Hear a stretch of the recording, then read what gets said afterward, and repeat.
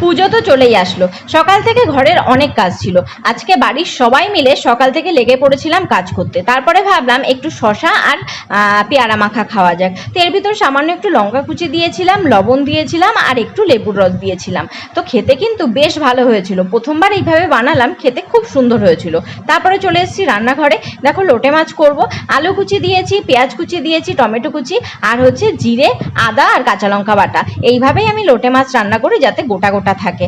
তারপরে দেখো আজকে সবাই কিন্তু টেবিলে খুব তাড়াতাড়ি চলে এসেছে, সকাল থেকে প্রচুর কাজ করেছে তাই। এদিকে সাদা ভাত হয়েছে, কলমি শাক হয়েছে, লোটে মাছ হয়েছে, আর একটা মাছের ঝোল প্রায় শেষের দিকে, তাই ভাবলাম যে আগে এদেরকে খেতে দিয়ে দিই, তারপরে মাছের ঝোলটা নামিয়ে নিয়ে এসেছি। দেখো এটা হচ্ছে আইলা মাছ গাডি আর আলু দিয়ে করেছিলাম।